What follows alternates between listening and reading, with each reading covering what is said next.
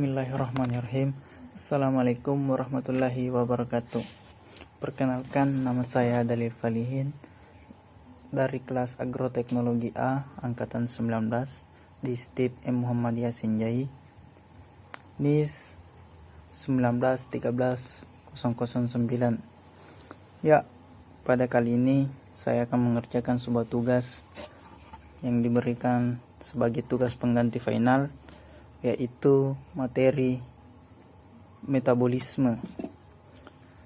Adapun yang akan saya bahas pada tugas kali ini yaitu ada tiga jenis.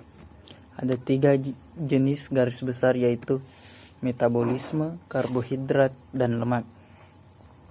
Ya, untuk selanjutnya langsung saja saya sedikit memberitahu tentang apa yang saya tahu dari materi ini. Yang pertama yaitu metabolisme. Metabolisme adalah merupakan totalitas proses kimia di dalam tubuh. Metabolisme meliputi segala aktivitas hidup yang bertujuan agar sel tersebut mampu untuk tetap bertahan hidup, tumbuh, dan melakukan reproduksi. Semua sel penyusun tubuh makhluk hidup memerlukan energi agar proses kehidupan dapat berlangsung. Sel-sel menyimpan energi kimia dalam bentuk makanan, kemudian mengubahnya dalam bentuk energi lain pada proses metabolisme. Metabolisme dibedakan atas dua bagian, yaitu anabolisme dan katabolisme. Anabolisme adalah pembentukan molekul besar dari molekul-molekul kecil. Misalnya, pembentukan senyawa-senyawa seperti pati, sulosa, lemak, protein, dan asam amino, dan asam nukleat. Pada peristiwa anabolisme memerlukan masukan energi. Selanjutnya, katabolisme. Katabolisme adalah penguraian molekul-molekul besar menjadi molekul kecil, dan prosesnya melepaskan energi. Contohnya respirasi, yaitu proses oksidasi gula menjadi H2O dan CO2. Proses metabolisme organisme. Anabolisme menghasilkan sintesis senyawa organik. Sintesis senyawa organik menghasilkan sintesis lemak, sintesis protein, dan macam-macam enzim. Selanjutnya katabolisme. Proses respirasi. Respirasi menghasilkan glikolisis, daun Krebs, dan fosfolirasi oksidatif. Molekul-molekul yang terkait dalam proses metabolisme yaitu 1. ATP. ATP merupakan molekul berenergi tinggi. Molekul ini merupakan ikatan adenosin yang mengikat 3 gugusan fosfat ikatan lemah dan labil sehingga mudah melepaskan ikatan fosfatnya pada satu mengalami hidrolisis. Dan yang kedua yaitu enzim. Enzim ini mungkin sudah tidak asing lagi didengar oleh teman-teman. Enzim adalah biokatalisator organik yang dihasilkan organisme hidup di dalam protoplasma, yang terdiri atas protein atau suatu senyawa yang berikatan dengan protein. Enzim mempunyai dua fungsi pokok sebagai berikut. Yang pertama, 1. Untuk mempercepat atau memperlambat reaksi kimia. Yang kedua, mengatur sejumlah reaksi yang berbeda-beda dalam waktu yang bersamaan. Selanjutnya, katabolisme. Katabolisme ini salah satu proses katabolisme yaitu respirasi. merupakan respirasi merupakan contoh dari katabolisme. Respirasi merupakan oksidasi senyawa organik secara terkendali untuk membebaskan energi bagi pemeliharaan dan perkembangan makhluk hidup. Produk antara respirasi sel dipakai sebagai bahan dasar metabolisme. Berdasarkan kebutuhan hidup, tersedianya oksigen bebas dibedakan menjadi dua, yaitu A. Respirasi aerob dan respirasi anaerob. Respirasi aerob yang membutuhkan oksigen bebas, oksigen merupakan penerima hidrogen terakhir. Dan sedangkan respirasi anaerob, respirasi yang membutuhkan oksigen bebas sebagai penerima hidrogen terakhir, bukan oksigen, tetapi senyawa lain seperti asam sulfat dan asedotit. Respirasi sel aerob melalui 4 tahap, yaitu yang pertama tahap glikolisis, yang kedua dekarbolilasi oksidatif asam pirufat, selanjutnya sistem transfer elektron Daur-Krebs. Selanjutnya pada bagian kedua dari metabolisme, yaitu anabolisme. Salah satu contoh dari anabolisme yaitu fotosintesis, merupakan salah satu contoh dari proses anabolisme.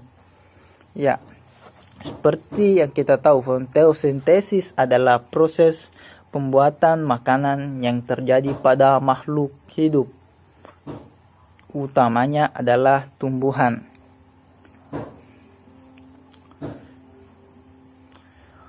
Untuk proses terjadinya fotosintesis pada tumbuhan memerlukan beberapa bahan, yaitu cahaya matahari, zat hijau daun atau klorofil, air atau CO2, dan karbon dioksida dan karbon dioksida yang dikeluarkan oleh manusia. Fotosintesis terjadi pada tumbuhan yang berklorofil atau tumbuhan yang memiliki zat hijau daun.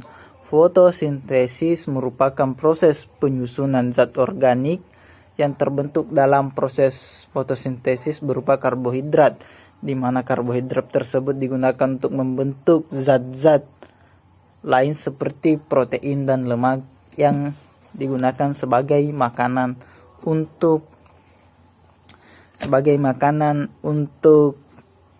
tumbuhan. Ya, untuk poin kedua, selanjutnya setelah metabolisme, selanjutnya kita akan membahas metabolisme karbohidrat. Karbohidrat secara umum didefinisikan sebagai senyawa organik yang mengandung atom atau karbon, hidrogen, dan oksigen. Pada umumnya unsur hidrogen dan oksigen dalam komposisi menghasilkan H2O. Di dalam tubuh karbohidrat dapat dibentuk dari beberapa asam amino dan sebagai dari legislator lemak. Akan tetapi sebagian besar karbohidrat diperoleh dari bahan makanan yang dikonsumsi sehari-hari, terutama sumber pangan atau makanan pokok. Seperti yang kita kenal di negara kita, bahwa makanan pokok yang utama adalah padi.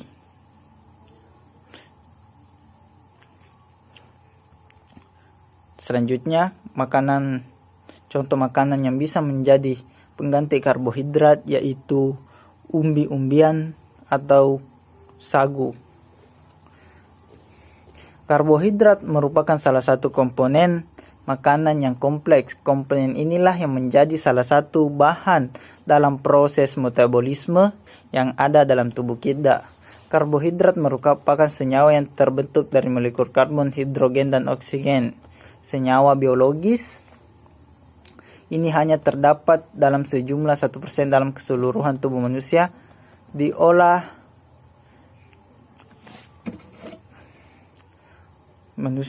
dalam tubuh sebagai bahan makanan, dicadangkan dalam bentuk oksigen yang digunakan sebagai bahan bakar sel. Juga dibutuhkan dalam membentuk tulang rawan seperti karbohidrat yang paling banyak berasal dari tumbuhan.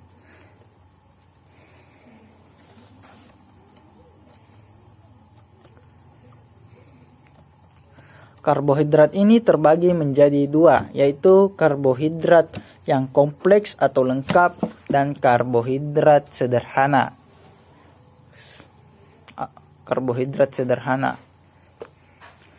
Yang pertama, karbohidrat monoksarida adalah jenis karbohidrat yang mudah diserap melalui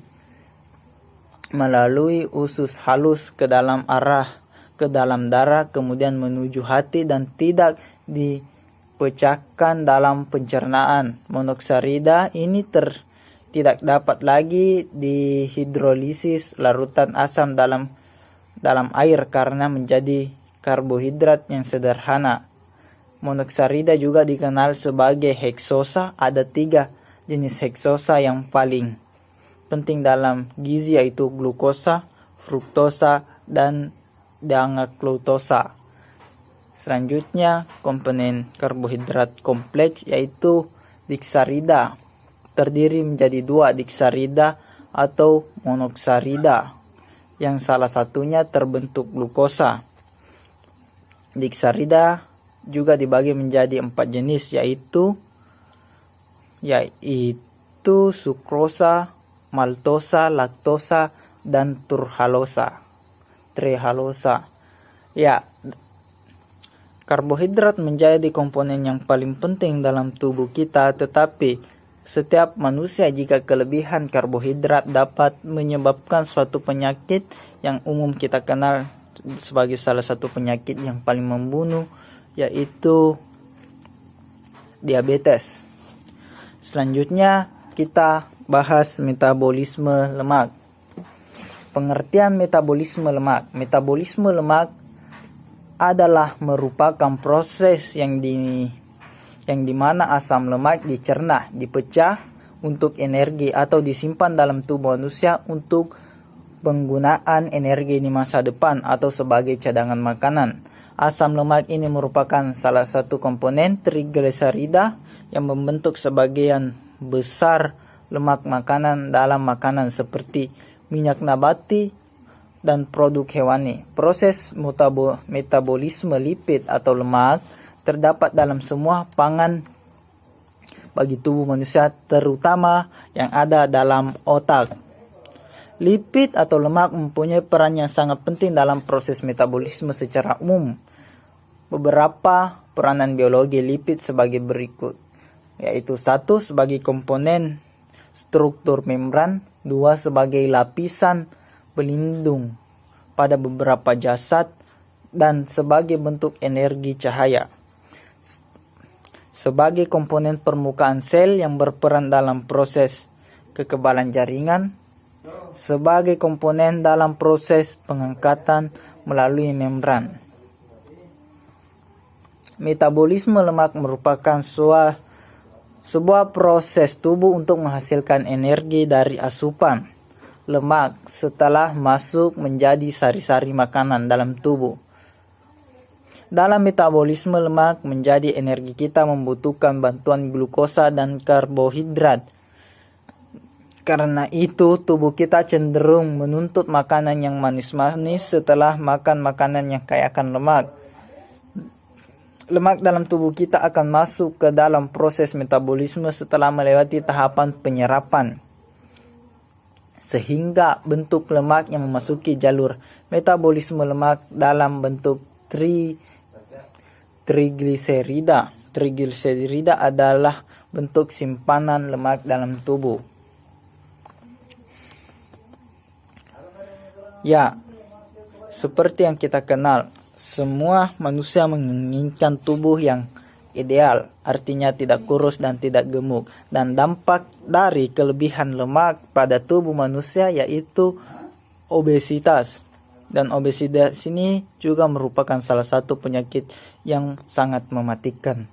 Jadi untuk itu kontrol semua makanan yang mengandung karbohidrat dan lemak. Ya, itulah mungkin penjelasan atau materi dari saya. Mohon dimaklumi jika penuh dengan kekurangan. Semoga ini bisa menjadi manfaat bagi teman-teman. Sekian, assalamualaikum warahmatullahi wabarakatuh.